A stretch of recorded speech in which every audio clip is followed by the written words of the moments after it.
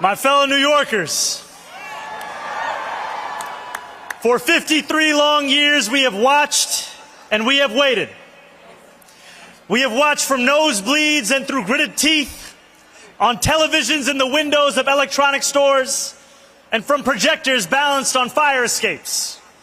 We have watched alone in our apartments with our heads in our hands, shoulder to shoulder at bars where the signal flickers, alongside friends and family who we wish more than anything could be here today, sharing this moment.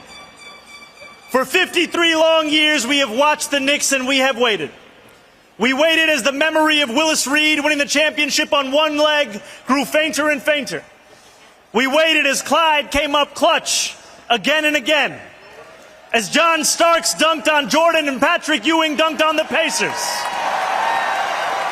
As Bernard King scored 60. As Charles Oakley pulled every rebound within reach. As Spike got in Reggie Miller's face. As Allen Houston put up a shot against Miami that hung in the air for an eternity. As Larry Johnson gave us the 4-point play heard around New York. As Starbury traded threes with Kobe and then sold sneakers every kid could afford. As Nate Robinson stuffed Yao Ming. As the city came alive watching Linsanity. And as Melo lived every Brooklyn dreams when he came home and made MSG feel like the center of the universe once again. We waited without ever knowing if this day would come, and we waited because we knew deep down in our sick, suffering hearts that it would. New York City, this team has done it. The New York Knicks are NBA champions.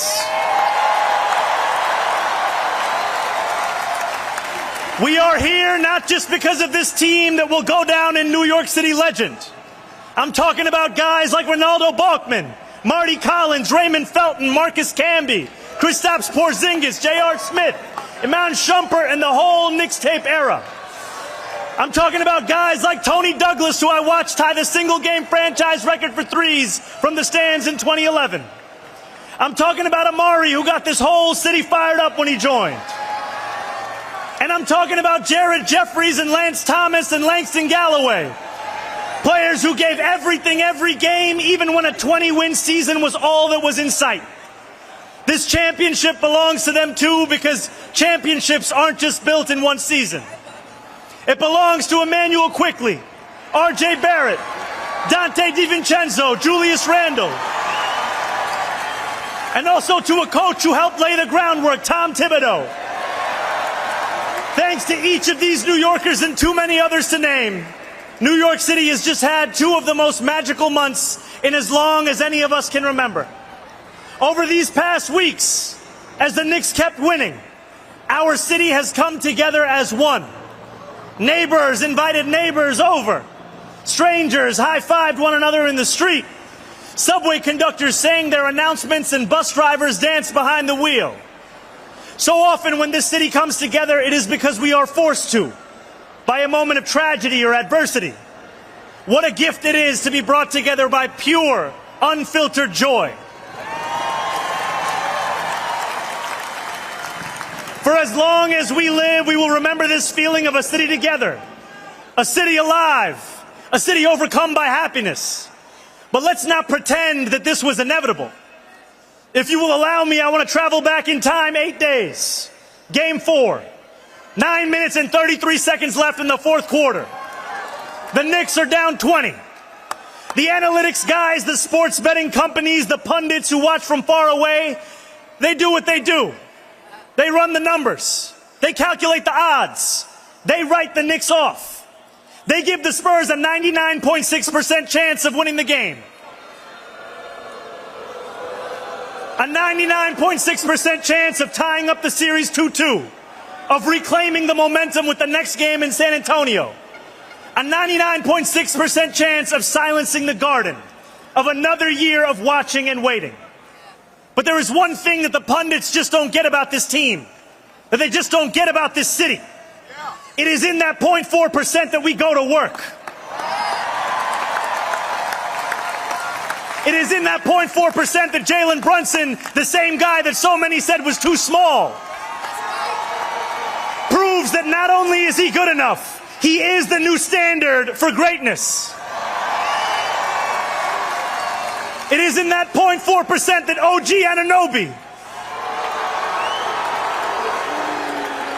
watches the ball float from the top of the arc and start running toward the basket, fingers reaching towards the heavens. It is in that 0.4% that Karl Anthony Towns finds the strength to mourn his mother and still pull in rebound after rebound, make block after block. It is in that 0.4% that Jose Alvarado shows every kid growing up in public housing that a son of Brooklyn and Queens can win for every one of the 5 boroughs. It is in that 0.4% that Mitch breaks his finger before game 1 and says, go get the tape. It's in that 0.4% that Josh Hart gets rebounds that break teams, that Mikal Bridges proves he was worth every single draft pick,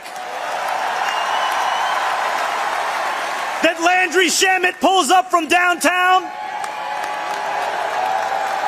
that every one of these 18 players transforms the franchise, that Mike Brown keeps this team believing.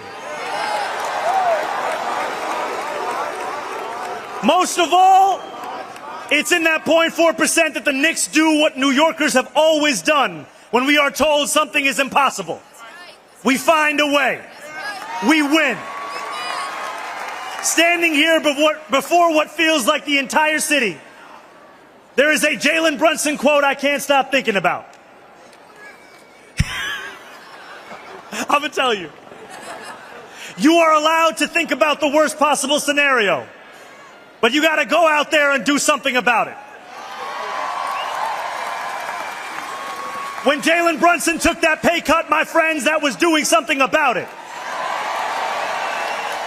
Time after time, we thought about the worst possible scenario. And time after time, the Knicks went out there and did something about it. The Knicks did not just win for New York City. They won like New York City. What is New York if not your back up against the wall? A dream that feels just out of reach. A rent payment you don't know how you'll ever make. What is New York if not 99.6% of the world stacked against you? And who are New Yorkers if not people who hear those odds and smile? Who look at a 0.4% chance of success and ask, why are you giving me a head start? This is our city. This is our team. For 53 years we watched. For 53 years we waited. Now we've won. One last time, New York, say it with me. Knicks in. Knicks in. Knicks in. So much.